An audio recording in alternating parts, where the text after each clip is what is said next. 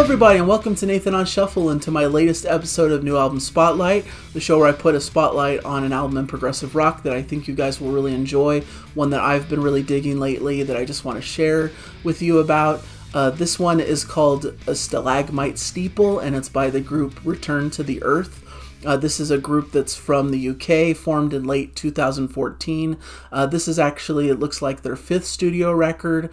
And to me, they've just been building and building as they've gone along, you know, adding more acclaim, adding more interest into the band, more buzz. And their previous album, The Fall of the Watcher, was the first one that really hit my radar, that I really loved. They have a bit more of this like Pink Floyd type atmospheric sound. They don't really get very heavy. They don't really have these huge, big rocking sections.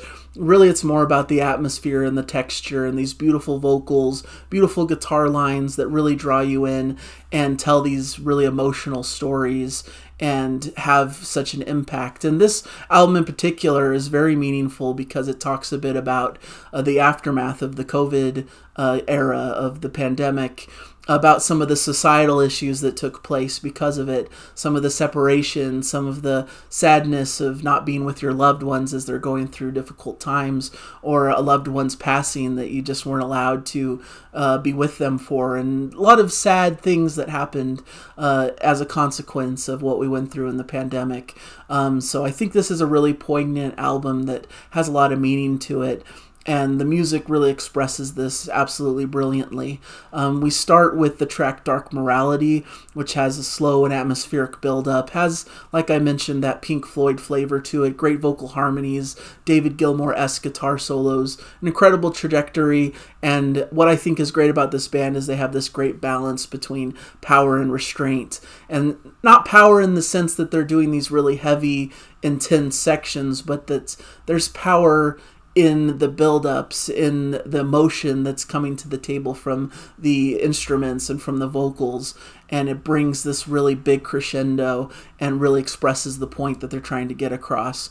So this is about, once again, an elderly couple who are separated because of the COVID lockdown, and unfortunately the lady passed away from natural causes, but the husband wasn't able to be there with them during this difficult time and wasn't able to really say goodbye and have that closure, and it's just a terrible thing that people had to deal with in this really isolated, weird way.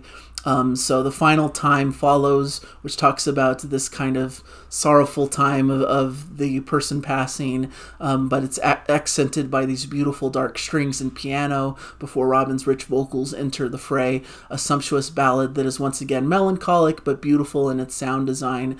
You know, sometimes this kind of music strikes me as a little bit less interesting because there's not as much dynamics, there's not all these different kinds of instruments and different quirky things going on, but I think it services the messages and the meaning behind this music really well, and it's just so beautiful and gorgeously done and composed and played that I just can't help but be drawn in with it. And to me, the highlight of the record is Stalagmite Steeple.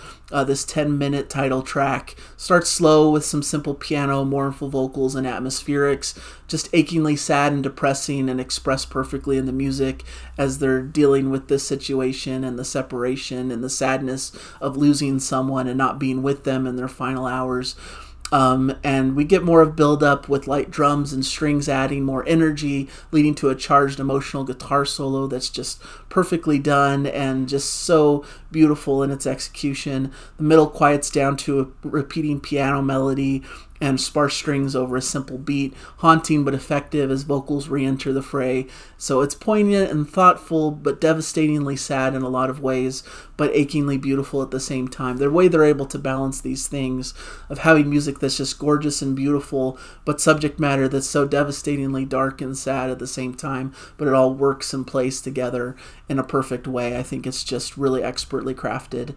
Then we get Meaningless to Worth, which starts kind of the second half of the record that moves away from this kind of story of the first 3 tracks, but still is dealing with some of these societal issues and difficult things that we have to deal with in the aftermath of this lockdown and experience that we all shared with. This one opens with some dark electronica and atmospherics, retains that melancholy atmosphere with some guitar strings and haunting vocals. The song shifts halfway through, though, to bring a little bit of hope in the sound, a little bit of some brighter guitars and uplifting strings, to showcase that there is some hope, even though everything's been so dark and there's such terrible things happening, that there is something positive you can draw from it. There's something that can lead you forward and give you hope for something better to come in the future. Dive for Me is another big highlight of the album, just over 9 minutes.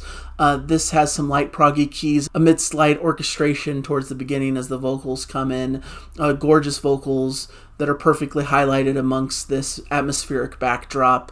When the drumming is added, it brings this new energy and new excitement. Some gorgeous piano is highlighted halfway through as the rest of the music drops away and is accented by a really cool bass line. Then we get some gorgeous guitar soloing on top, full of this subdued emotion.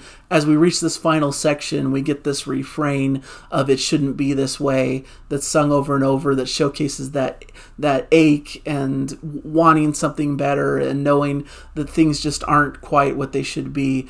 And the guitar explodes through this refrain and showcases all the emotion behind this sentiment as we're led to the end of this track. Just really impactful, really beautiful, and an interesting message to reflect on and ponder about.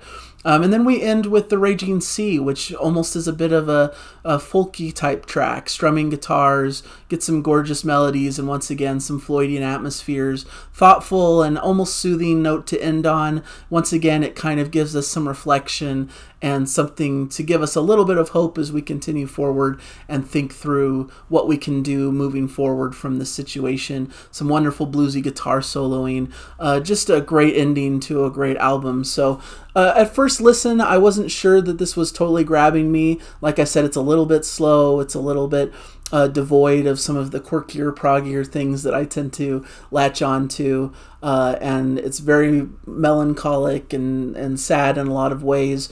But it really drew me in as I continued listening and continued to dive into the stories and the lyrics and what emotions they're trying to portray with the music. And so I think once you combine these things together, once you really understand the messaging and the emotion that's trying to come forward, the music kind of makes sense and this puzzle comes together and it just becomes a satisfying, beautiful, important listen that I think is worthy of your time and something I'd recommend to anyone out there who's into this kind of music. Especially if you like the more atmospheric side, if you like bands like Pink Floyd and Airbag and Anathema and some of the lighter, more atmospheric stuff, I think this could be right up your alley. There's also a bit of maybe some Steven Wilson sound to this, some of his more melancholy, darker sounds that he comes across with in his works. So that's what I have for you guys today. That's what I've found from this album, and I think it's well worth a good listen. So thank you guys for joining me. Hopefully you appreciated this review and you'll go check out the record. If you've heard it already, let me know in the comments how you feel about it. I'd love to know. So thank you guys once again for watching me and for being supporters of this channel. It really means a lot. And I'll hopefully catch you guys in a future episode. Enjoy the music, everybody. Bye.